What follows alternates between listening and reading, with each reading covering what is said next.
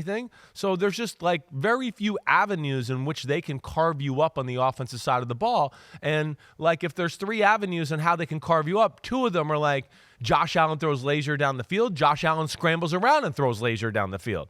And then the other one's like the defense makes some plays because McDermott's creative on that side of the ball from time to time. But as we've seen, and we've been beating this for a year, more than a year, right? They just don't have the elite guys that a team like the Bengals do, especially on the offensive side of the ball, let alone the Bengals defense has some ballers too and a really good damn defensive coordinator in Lou Anarumo to go with it. I wonder if they gave any consideration whatsoever to trying to trade for Derrick Henry. I wonder if they gave it any discussion. Did they have a meeting about it? Don't you at least have to have a meeting about it? Don't you have to sit down and say, okay, what's it going to take? What would the Titans want for him? How does he fit with our culture? How does he fit with our offense? We're trying to find an identity. What about we bring in Derrick Henry and just give him the ball 25 times a game and do play action off of that and let Josh do his thing when the defenses are worried about having Derrick Henry run him over? Listen, it would help. Anything would help. I get that. I just feel like it's too far down the road to start to go, oh, now we're going to start to run the ball. Changing the tire on a moving car. Exactly. It's a little too hard. Like, I would have been more of like, just be who you are and go get another receiver and then just let Josh Allen go crazy with Diggs, another good receiver, and Dalton Kincaid at tight end and James Cook out of the backfield, and then you just become dangerous and you can kind of play the way you want. I know. There wasn't – DeAndre Hopkins was the best option. Right. I know. I don't think there was a lot of options out there, right, to your point. But I am concerned with Buffalo, and it's amazing with Cincinnati because it's 3 years in a row where it's sluggish at the start, and all of a sudden here we are at the midpoint season, and I'm going – wow, there's not too many weaknesses with their football team, it doesn't look like anymore. They're playing awesome. Burrow, healthy as can be. And, yeah, they've found their mojo here, and they're going to be dangerous down the stretch. I know when you go all in, there's a bill to pay on the back end. Yeah. And it worked for the Rams 2 years ago, but they're paying the price now. Right. But I feel like for some of these teams, this is what I used to say about the Vikings, good enough is just good enough. I feel like for the Bills, it's like we don't want to do anything. We don't want to make any false moves that will cause us to fall off the face of the earth next year or the year after. We don't want to give up too many assets. We don't want to overcommit because there's no guarantee we're going to get past the Bengals, the Chiefs, the Jaguars in the playoffs anyway. So let's just be content to be a playoff team. Let's be content to get to the divisional round. That's a good year. We can say that's successful. I think a lot of teams do that. Say, we want to win the Super Bowl. You've always said that. No, you want to be relevant into December. You want to be alive as long as possible in the regular season. You want to get to the playoffs more often than not. And they got a nice little streak here of winning divisions. Right. A little streak of getting to the playoffs. But at 5-4, Jenga Tower's wobbly, baby. It is. It is at 5-4. Here, let's hear Josh Allen on whether he's confident that the Bills can turn things around after that 5-4 start.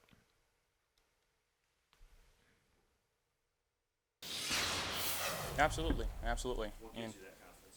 The guys in this locker room. We got a lot of guys that are unselfish players, guys that will do anything that they can to help this team win football games. And this second half of the season, realistically, if you want to look at it from a real view, you need 10, maybe 11 wins to get into the playoff picture on the AFC. Got 8 games left.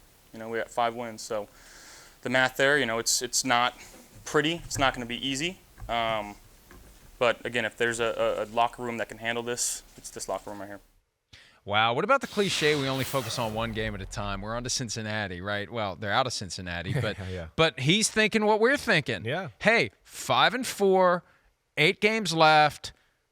You got to have 10 or 11 to get in. Yeah. Carry the one. Yeah. This is a problem. Right. Yeah, they're going to have to go on a run here to a degree. Yeah, I mean, there's no doubt. And like you mapped out earlier, the schedule is real. I'm not sure. I'm not sold they can do it. Again, the offense, what we've seen, I think teams have figured out how to defend them a little bit, whether it's Dorsey, like you said.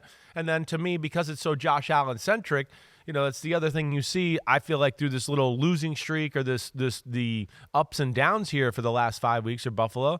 And I know you've heard me say this, just take away the big throw from Allen and don't let him run out of the pocket consistently, and you got a chance to stop their offense. It's as simple as that.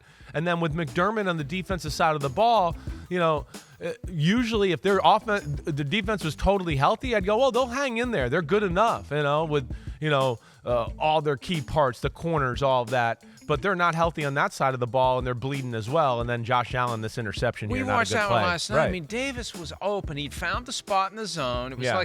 it was a safety cover high, two. cover two. Yeah, he's trying to hit him in and the you've hole always there. got and he was open. Yeah. It just was underthrown. It was underthrown. It was his bad throw, bad decision. That's a tough throw. I mean, really, Josh Allen and only some of the elites are going to, like Mahomes, are going to attempt that right there. And why you don't attempt it, because if it's not perfect, there's guys hanging around. But you're ready at a point there where we've seen Josh Allen fit it in there and throw the ball the right way.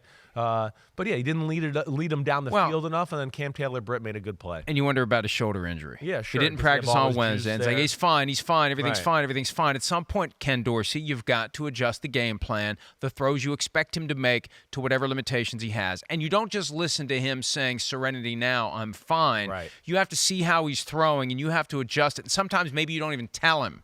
We're just going to put in a menu of plays that isn't going to put him in a bad spot, and I'm not going to ask him to do something he's not able to do, even if he would get pissed at me if he knew I was doing it. That's part of how you got to manage a personality like that thinks he can do everything. Yeah. That's part of it, too. But it is part of it. He thinks he can do everything. Right. They expect him to do everything. Exactly. There you go. And they let him try to And do then they go, everything. let's let him do and everything. it doesn't work. Right. And they wonder what the hell's wrong. Yeah. No. And then just go do it all over again. I think it's fair. God, I would hate to be a Bills fan. It's I'm frustrating. sorry for Bills fans. I'm sorry you have to deal with this. Yeah. I mean, it is a cyclone of insanity. It's tough right now. And again, I love Josh Allen, and this is a point I've been trying to make for, more than a year now, that there needs to be more there to help him out. It's pretty obvious to me. It's obvious to everybody you talk in football. I know I brought this up too, in the past too. Like I told you, Devin McCourty, myself, I mean, you talk to other coaches, whatever.